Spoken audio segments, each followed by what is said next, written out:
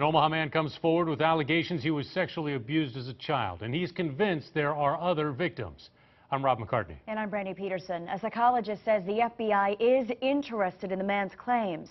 The same psychologist was a key figure in the Penn State Jerry Sandusky child molestation case. I-Team investigator Julie Cornell is breaking the story tonight, and Julie joins us live. This is a case of a 12-year-old boy who says he was molested by a family friend. That boy is now a grown man, and he's trying to rally other victims to come forward to force an arrest and end the silence. He's private, even soft-spoken. I'm a person who does not like attention, so this is like the hardest thing in the world for me. At 42 years old, Dennis Dugan says it's time to expose the truth. Just to shed more light on it. Dennis says years of therapy allow him to share. Yeah, that misery just finally boiled over. When he was 12 years old, he says a family friend touched him inappropriately 2 different times.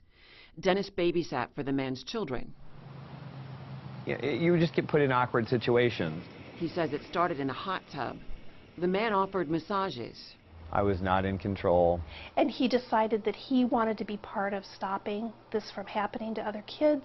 Sally Kaplan is Dennis's therapist. He's an individual who has every strength and opportunity in the world, but he's been held back by the damage done by being molested when he was little. Dennis says the abuser is a West Omaha businessman now in his 70s.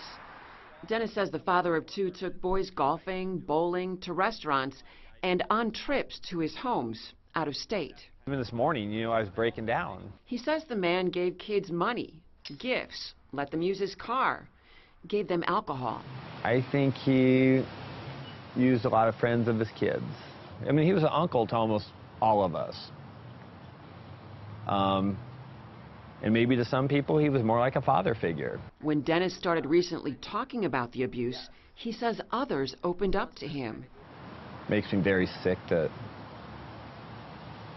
hear what I hear. Dennis identified other victims from the late 1980s and early 90s, his high school years at Creighton Prep. Someone reports child abuse to you. Sexual abuse expert Mike Gillum is now involved. Those feelings of feeling very scared and very traumatized haven't left.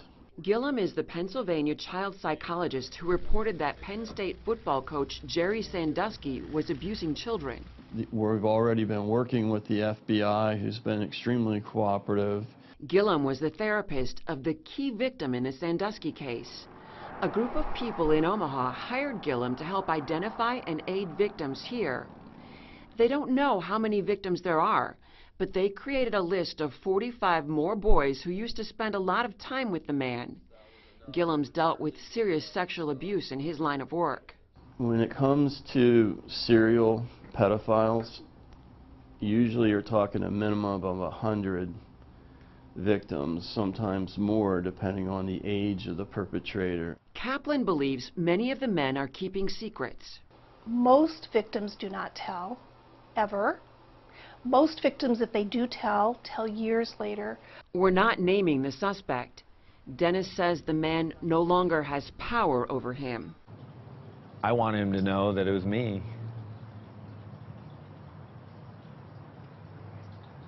That he messed with the wrong kid. Dennis's case would have been a misdemeanor, but too much time has passed. The FBI tells us there's no open case, saying there's nothing to investigate unless recent victims talk.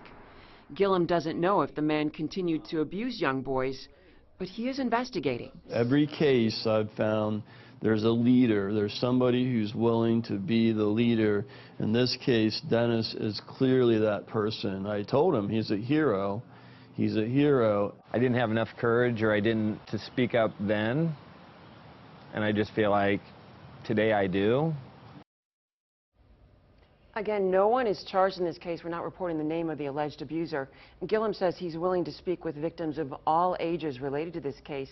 He says that pedophiles typically don't stop their activity voluntarily, and he and Kaplan are raising questions about whether there may be decades of victims out there dating back to 1985. Now, back in your story, you mentioned that Dugan actually left, or says that he left, or boys left with this guy out of state. Did their parents They know? went out of town. Their parents knew because they were close family friends with this guy. Oh. So it was like a vacation.